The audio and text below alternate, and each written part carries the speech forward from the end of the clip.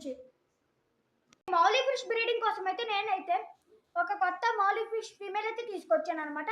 ఇప్పుడు మనం తెలుసుకుందాం మౌలీ ఫిష్ బ్రీడింగ్ ఎలా చేయాలని. సో ఈ మౌలీ ఫిష్ బ్రీడింగ్ అయితే గైస్ మనకు కావాల్సింది ఈ ఫాక్స్టైల్ గ్రాస్ ఇంకా ఈ రివర్ శాండ్ అనమాట.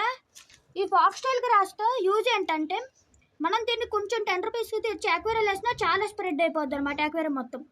నెక్స్ట్ మనకు కావాల్సింది ఒక డే మొత్తం స్టోర్ చేసుకున్న వాటర్. ఇప్పుడు ఈ రివర్ శాండ్ని అయితే ఈ వాటర్లోకి అయితే మనం యాడ్ చేసుకోవాలన్నమాట.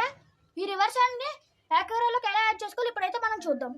సో ఇప్పుడు మనం ఏం చేయాలంటే ఈ శాండ్ని అయితే మంచిగా కడిగిన తర్వాత స్లోగా అయితే తీసుకెళ్ళి కింద ఇలా స్ప్రెడ్ చేస్తూ రావాలి. సో శాండ్ మొత్తం వేసిన తర్వాత అయితే చూడ్డాకైతే ఇలా ఉందన్నమాట. ఇందులో అయితే ఫాక్స్టైల్ ప్లాంట్స్ అయితే కొంచెమే యాడ్ చేశాను అనమాట.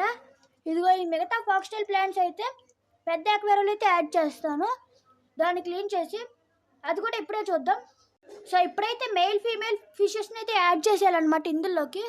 మీరు ఇక్కడ చూడొచ్చు, ఇందులో అయితే మెయిల్ ఫీమేల్ ఫిషెస్ అయితే ఉన్నాయన్నమాట. సో ఇందులోకి అయితే మెయిల్ ఫీమేల్ ఫిషెస్ని అయితే యాడ్ చేసేసాను అనమాట. మీరైతే చూడొచ్చు. మీకు కనుక మౌలీ ఫిష్లో మెయిల్ ఫీమేల్ ఎలా ఐడెంటిఫై చేయాలో తెలుసుకోవాలనుకుంటే కనుక మన ఛానల్ సెకండ్ వీడియో అయితే దాని గురించి ఉంటుంది అనమాట, వెళ్ళి చూసేయండి. సో ఇప్పుడైతే ఈ బకెట్ తీసుకుని అయితే బాల్కనీలో పెట్టాలన్నమాట. సో ఇదైతే బ్రీడింగ్ డే 2 అనమాట. మీరు చూసుకున్నట్టయితే ఫీమేల్ ఫిష్ స్టమక్ అయితే కొంచెం ఉప్పింది అనమాట. ఇదిగో అక్కడ ఉన్నదైతే మెయిల్ అనమాట, మీరు చూడొచ్చు. అదిగో ఇక్కడ ఇదిగో ఈ మూలకు ఉన్నదైతే ఫీమేల్. ఈ మౌలీ బేబీస్ పుట్టడాకైతే 12 days పట్టింది అనమాట.